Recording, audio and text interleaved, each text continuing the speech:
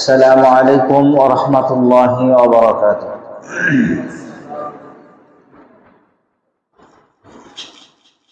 الحمد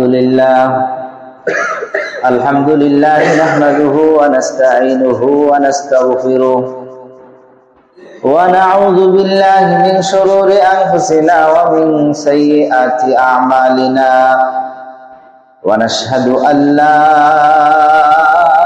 إله إلا الله وحده لا شريك له ونشهد أن سيدنا وسندنا وحبيبنا وطبيبنا ومولانا محمدا عبده ورسوله أرسله بالحق بشيرا ونذيرا وداعيا إلى الله بإذنه وسراجا وقمرا منيرا.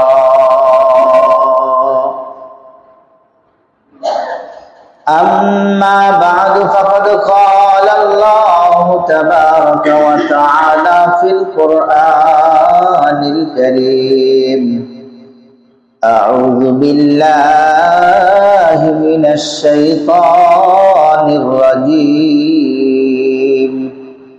بسم الله الرحمن الرحيم. والذين يكنزون الذهب والفضة ولا ينفقونها في سبيل الله فبشرهم بعذاب أليم يوم يحمى عليها في نار جهنم فتكوى بها جباههم وجنوبهم وظهورهم هذا ما كنزتم لأنفسكم فذوقوا ما كنتم تكنزون. وقال تبارك وتعالى في شأن حبيبه: إن الله وملائكته يصلون على النبي يا أيها الذين آمنوا صلوا عليه وسلموا تسليما. محبت সবাই পড়ি اللهم صل على محمد وعلى آل محمد كما صليت على إبراهيم وعلى آل إبراهيم إنك حميد مجيد. اللهم بارك على محمد وعلى آل محمد كما باركت على إبراهيم وعلى آل إبراهيم إنك حميد مجيد. সমস্ত তারিফ ও প্রশংসা সেই মহান রব্বুল আলামিনের দরবারে, যে মহান রব্বুল আলামিন আজকে পবিত্র জুমার দিন দুনিয়াবী সমস্ত ব্যস্ততা থেকে ফারিগ করে তিনার মহান বড় হুকুম আদায়ের লক্ষ্যে পবিত্র ঘর মসজিদে আসার সুযোগ দান করেছেন। এজন্য সকলে দিল থেকে শুকরিয়া টান বলি আলহামদুলিল্লাহ। অতঃপর লক্ষ কোটি দরুদ সালাম আবারও জানাই আকায়ে নামদার তাজদারে মদিনা দুলালে আমিনা মুহাম্মদ মুস্তাফা মুহাম্মদুর রাসূলুল্লাহ, সকলে বলি সাল্লাল্লাহু আলাইহি ওয়াসাল্লাম।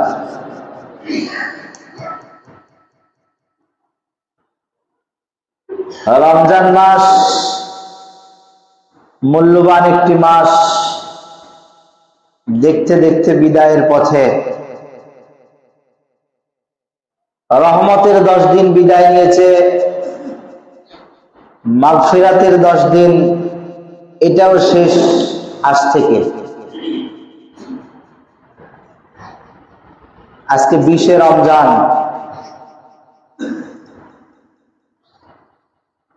নাজাতের দশক আজকে রাত থেকে শুরু হচ্ছে।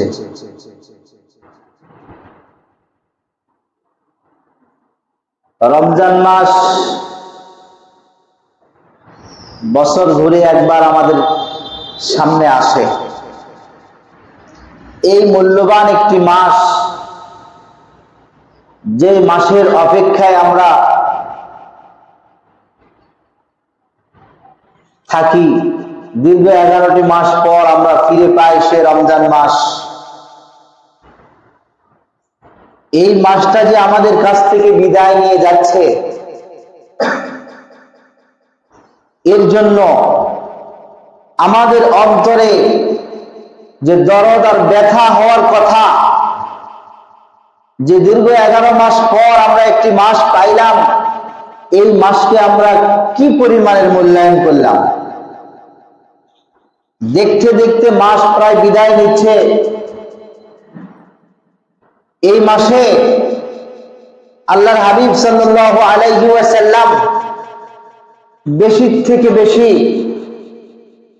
গুনাহ মাফের জন্য বলেছেন, যাতে করে এই মাসে আমরা নিজেদের জীবনের যত গুনাহ আছে সব গুনাহ মাফ করে নিতে পারি। এভাবে আল্লাহর কাছে কান্নাকাটি করতে হবে, তওবা করতে হবে। কিন্তু কই, মাস তো দেখতে দেখতে শেষ হয়ে গেল, এখন পর্যন্ত আমরা আমাদের গুনাহের কাজ ছাড়তে পারলাম না। গুনাহ মাফ নেওয়া তো দূরের কথা, গুনাহের কাজই আমরা ছাড়তে পারলাম না, অথচ রমজান মাস বিদায়ের পথে। তো শেষ যে দশক, এই শেষ দশক আমাদের সামনে শুরু হতে যাচ্ছে। এই শেষ দশকের মধ্যে বিশেষ একটি রাত আছে। সেই বিশেষ রাত, যেই রাত্রির কারণেই এই মাসটি দামি হয়েছে, যেই রাত্রির কারণেই এই মাসটি দামি হয়েছে, মূল্যবান হয়েছে, সেই রাত্রি এই শেষ দশকের কোন এক বেজুর রাত্রে আছে। এই রাত্রিটি কেমন দামি, কেমন মূল্যবান, আল্লাহ পাক রব্বুল আলামিন কুরআনের মধ্যে বলছেন, ইন্না আনজালনাহু ফি লাইলাতিল কদর। আল্লাহ বলেন, নিশ্চয় আমি কোরআনকে নাজিল করেছি কদরের রাতে। সবে কদরে কোরআনকে নাজিল করেছি, অবতীর্ণ করেছি।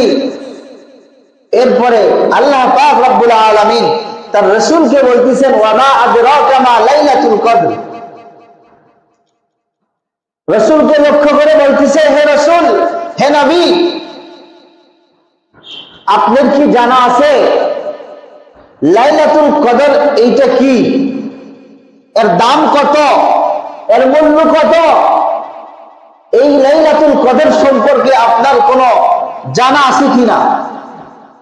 আল্লাহ পাক প্রশ্ন করলেন তার পিয়ারা হাবিব সাল্লাল্লাহু আলাইহি ওয়াসাল্লামকে। এরপরে আল্লাহ পাক রব্বুল আলামিন নিজেই উত্তর দিচ্ছেন, লাইলাতুল কদরি খায়রুম মিন আলফি শাহর। হে নবী, জেনে রাখো লাইলাতুল কদর এটা খায়রুম মিন আলফি শাহর, 1000 মাস অপেক্ষায় উত্তম, 1000 মাসের চেয়ে দামি। খায়রুম মিন আলফি শাহর, 1000 মাসের সমান বলা হয়নি। আল্লাহ পাক রব্বুল আলামিন বলছেন 1000 মাসের চেয়ে উত্তম। তো এই যে রাত আমাদের সামনে আসতেছে, এই রাত্র, এই শেষ দশকের বেজুর রাত্রে, যে কোনো একটা বেজুর রাত্রে হইতে পারে। বুখারী শরীফের হাদিসের মধ্যে আল্লাহর হাবিব সাল্লাল্লাহু আলাইহি ওয়াসাল্লাম বলেন, তাহাররু লাইলাতুল কদরি ফিল বিত্রি মিন আশারিন মিনাল। শেষ দশকের বেজুর রাত্রিতে, শেষ দশকের বেজুর রাত্রিতে তোমরা কদর তালাশ করো। আমরা শেষ দশকের বেজর রাত 21, 23, 25, 27, 29 এই সবগুলি বেজর রাত্রিতে কদর তালাশ করার কথা বলা হয়েছে। কোন রাত্রে কদর হবে এটা নির্দিষ্ট করে বলা হয়নি। আমরা কদর তালাশ করি শুধু 27-এর রাত্রে, এটা আমাদের রেওয়াজ হয়ে গেছে।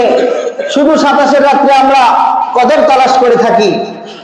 অথচ বুখারী শরীফের হাদিসের মধ্যে আল্লাহ রাসূল বলছেন, শেষ দশকের প্রত্যেকটি বেজর রাত্রিতে তোমরা কদর তালাশ করো। যে কোনো বেজর রাত্রিতে কদর হইতে পারে। সুতরাং প্রত্যেকটি বেজর রাত্রিগুলিতে তোমরা কদর তালাশ করো। কদরের রাত এত দামি রাত। মান কামা লাইলাতুল কদরি ঈমানান ওয়া ইহতিসাবান গুফিরা লাহু মা তাকদ্দামা মিন যামবিহি। আল্লাহ রাসূল সাল্লাল্লাহু আলাইহি ওয়াসাল্লাম বলেন, এই কদরের রাত্রে যদি কোনো ব্যক্তি ঈমানের সাথে বিশ্বাস নিয়ে যদি ইবাদত করে, তাহলে গুফিরা লাহু মা তাকদ্দামা মিন যামবিহি। আল্লাহ রাসূল বলছেন, তার অতীতের সমস্ত গুনাহ আল্লাহ পাক রব্বুল আলামিন মাফ করে দিবেন। সুবহানাল্লাহ। কদরের রাত এত দামি একটি রাত। দেখতে দেখতে আমাদের রমজান বিদায় নিয়েছে, আর মাত্র কয়েকটি দিন আছে। তো এই সুযোগটা যেন আমাদের হাতছাড়া না হয়। আমাদের জীবনের গুনাহ মাফ করায় নিতে হবে। যারা রমজান পাওয়ার পরে নিজেদের জীবনের গুনাহ মাফ করায় নিতে পারল না, আল্লাহর রাসূল তাদের জন্য বদদোয়া করেছেন, তারা যেন ধ্বংস হয়ে যায়। তো আমরা রমজান পাইছি, আমাদের জীবনের গুনাহ এখনো মাফ করায় নিতে পারলাম না। গুনাহের কাজের মধ্যে এখনো আমরা জড়িত। যেন গুনাহের যত প্রকারের কাজ আছে সমস্ত কাজ থেকে আমরা বিরত থাকতে পারি, এবং আমাদের অতীতের যত গুনাহ হয়েছে সমস্ত গুনাহ আল্লাহর কাছ থেকে আমরা মাফ নিতে পারি। এই জন্য এখন থেকে আমাদের প্রস্তুতি নিতে হবে। যেহেতু 20 দিন অতিক্রম হয়ে গেছে, আমরা সুযোগ পাইনি। দুনিয়ার বিভিন্ন ব্যস্ততায় আমরা পড়েছি। সামনে যে কদরের রাতগুলি আসতেছে, এই রাত্রিগুলি অবশ্যই আমরা কাজে লাগাবো। অবশ্যই অবশ্যই এই সময়গুলোকে আমরা মূল্যায়ন করব, যাতে করে আমরা 1000 মাস ইবাদত করার যে সওয়াব, তার চেয়ে বেশি সওয়াবের অধিকারী আমরা হইতে পারি। আল্লাহ পাক যেন সেই তৌফিক আমাদের নসিব করেন। সকলে বলেন আমিন। আরেকটি বিষয় হলো যাকাতের বিষয়। আমরা অনেকেই মনে করি যে যাকাত দিতে গেলে হয়তোবা বহু টাকা পয়সার মালিক হতে হবে। অত টাকার মালিক তো আমি হইনি এখনো। কোটি কোটি টাকা থাকতে হবে, এরপরে আমার উপর যাকাত ওয়াজিব হবে। না, যাকাত ওয়াজিব হওয়ার জন্য অত টাকা থাকার প্রয়োজন নাই। 52.5 তোলা রূপার যে বর্তমান বাজার মূল্য 75 থেকে 76 হাজার টাকা, এরকম টাকার যদি কেউ মালিক হয়, 1 বছর অতিক্রম হয়েছে, এই টাকার মালিক সে হয়েছে। আজকে টাকার মালিক হয়েছে, আজ থেকে নিয়ে 1 বছর পর্যন্ত তার কাছে এই টাকা গচ্ছিত আছে। 75 থেকে 76 হাজার টাকা। এইরকম টাকার যদি আমি মালিক হই, তাহলে আমাকে শতকরা 2.5 টাকা যাকাত দিতে হবে। এটা আমার জন্য ফরজ। নামাজ যেমন ফরজ বিধান, নামাজ যেমন আমরা 5 ওয়াক্ত পড়তে আসি, রমজানের রোজা যেমন ফরজ, রোজা যেমন আমরা আদায় করতেছি, ঠিক যাকাতও আমার উপর ফরজ। যদি আমি এই সম্পদের মালিক হই, এরকম সম্পদের মালিক অনেকেই আছে আমাদের মধ্যে, অথচ আমরা মনে করি না যাকাত দেওয়ার মতো আমি এখনো সেই পর্যায়ে যাইনি। অথচ অনেকের ঘরে স্বর্ণ আছে, প্রায় ঘরে আছে। স্বর্ণের যে হিসাব 7.5 ভরি, আমরা মনে করি 7.5 ভরি স্বর্ণ থাকতে হবে, তারপরে যাকাত দিতে হবে। না, এটা কখন? 7.5 ভরি স্বর্ণ। এটা কখন? যখন আমার কাছে শুধু স্বর্ণ আছে, আর কোনো টাকা নাই, কোনো পয়সা নাই, কোনো রূপা নাই, শুধু স্বর্ণের মালিক আমি, তখন আমার কাছে 7.5 ভরি স্বর্ণ থাকতে হবে। আর স্বর্ণ আছে 1 ভরি, পাশাপাশি রূপা আছে কিছু, পাশাপাশি টাকাও কিছু আছে, তখন আপনার ওই 7.5 ভরির হিসাব হবে না। তখন আপনাকে হিসাব করতে হবে ওই যে রূপার যে মূল্য আছে, রূপার যে 52.5 তোলা রূপার যে মূল্য আছে বর্তমান বাজার অনুযায়ী 74 বা 75 76 এর ভিতরে, এই টাকার মালিক আমি হয়েছি কিনা, আমার স্বর্ণ বিক্রি করলে এই টাকা হবে কিনা, আমার রূপা বিক্রি করলে রূপা স্বর্ণ আর টাকা সবকিছু মিলে এই অঙ্ক দাঁড়ায় কিনা। যদি দেখতেছি আমার স্বর্ণ রূপা টাকা সবকিছু মিলে আমার এই অঙ্ক দাঁড়াইছে, এই অঙ্ক আমার 1 বছর অতিক্রম হয়েছে, তাহলে অবশ্যই আমাকে যাকাত দিতে হবে। শতকরা 2.5 টাকা অবশ্যই আমাকে যাকাত দিতে হবে। এইরকম এমন কোন ফ্যামিলি বা এমন কোন বাড়ি নাই যে বাড়িতে স্বর্ণ নাই। যে বাড়িতে স্বর্ণ নাই, স্বর্ণ আছে, রূপা আছে, অধিকাংশ বাড়িতে আছে। হ্যাঁ, এই যাকাত আমি আমার ফরজ আদায় করলাম, পাশাপাশি বান্দার যে একটা হক আছে এখানে, এই হকটা আদায় হলো। আমি যাকাত দিলাম না, যাকাত আমি দিলাম না, আমার ফরজ আদায় হলো না, বান্দার হকও আমি নষ্ট করলাম। দুইটা বিষয়। তাহলে এই যাকাতের বিষয়টা এটা আমাদের পরিষ্কার করে বোঝা দরকার যে আমার উপর যাকাত আসলে ওয়াজিব হয়েছে কিনা, আমি এই পরিমাণের টাকার মালিক কিনা। যদি আমি মালিক হয়ে থাকি অবশ্যই অবশ্যই আমাকে যাকাত দিতে হবে। আমি শুধু মুসলমান দাবি করতেছি, কিন্তু যাকাত আদায়ের বেলায় আমার কোনো খবর নাই, আমি এখনো মুসলমান হতে পারি নাই। মুসলমান হতে গেলে যাকাত পুঙ্খানু আদায় করতে হবে। আল্লাহ রাসূল সাল্লাল্লাহু আলাইহি ওয়াসাল্লাম সাহাবাদেরকে বলতেন, বিভিন্ন এলাকায় পাঠিয়ে দিতেন, যতক্ষণ পর্যন্ত তারা যাকাত আদায় না করছে, যতক্ষণ পর্যন্ত তারা নামাজ কায়েম না করছে, ততক্ষণ পর্যন্ত তাদেরকে মুসলমান ঘোষিত করা যাবে না। এজন্য যাকাত খুবই একটি শরীয়তের যে ইসলামের যে বুনিয়াদ ভিত্তি, এটা আমরা অনেকে ভুলে গেছি। কালেমা, নামাজ, রোজা, হজ, যাকাত, কালেমা পড়ছি, নামাজ পড়ছি, মুসলমান হয়ে গেছি, না, এত সহজ নয়, এত সহজ নয়। এজন্য যাকাতের বিষয়টা খুব গুরুত্বপূর্ণ। আমরা মনে করি যে যাকাত দেওয়া এটা কোন রকম দিলেও হবে, না দিলেও চলে। আবার অনেকে যাকাত দেয় কিন্তু হিসাব করে না। অনেকে দেখা যায় ইদানিং যাকাত দেয় মোটামুটি, কিন্তু হিসাব ছাড়া। জেনে রাখবেন, হিসাব ছাড়া যদি কেউ যাকাত দেয়, মনে করেন তার উপর যাকাত আসছে 20,000 টাকা, 50,000 টাকায় যদি সে যাকাত দিয়ে দেয়, তার যাকাত আদায় হবে না, কারণ হিসাব করেনি। এজন্য হিসাব করেনি, ও হিসাব করেনি এজন্য যে হিসাব করতে গেলে দেখা যাচ্ছে 20,000 টাকা, 20,000 টাকা অনেক মনে করতেছে, কিন্তু দেখা গেল হিসাব না করার কারণে সে 1,5,000, 1,5,000, 1,500, 1,500, 1,200 এভাবে দিতে দিতে তার 20,000 অতিক্রম হয়ে গেছে।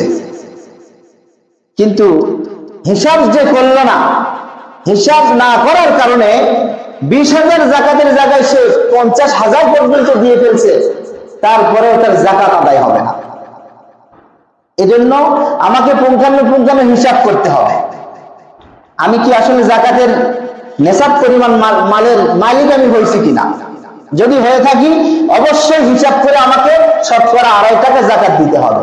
যদি না দিই, আল্লাহ পাক রব্বুল আলামিন বলতেছেন, ওয়াল্লাযীনা ইয়াকনিজুনা আয-যাহাবা ওয়াল ফিদ্দা, যারা টাকা পয়সা অর্থ সম্পদ সঞ্চয় করে রাখে, সোনা দানা সঞ্চয় করে রাখে, ওয়ালা ইউনফিকুনাহা ফি সাবিলিল্লাহ, আর সেখান থেকে আল্লাহর রাস্তায় খরচ করে না, ফাবাশশিরহুম বিআযাবিন আলীম।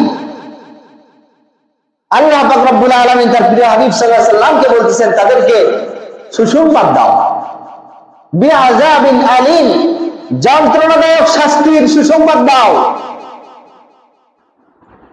সেই শাস্তিটা কেমন হবে আল্লাহ পাক রব্বুল আলামিন এখানে কিছু চিত্র তুলে ধরেছেন।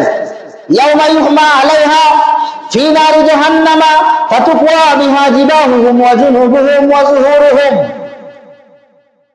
সেদিন ইউহমা আলাইহা ফি নারি জাহান্নাম, যে সম্পদ সঞ্চয় করে রাখা হয়েছে এই সম্পদ জাহান্নামের আগুনে দগ্ধ করা হবে, তপ্ত করা হবে।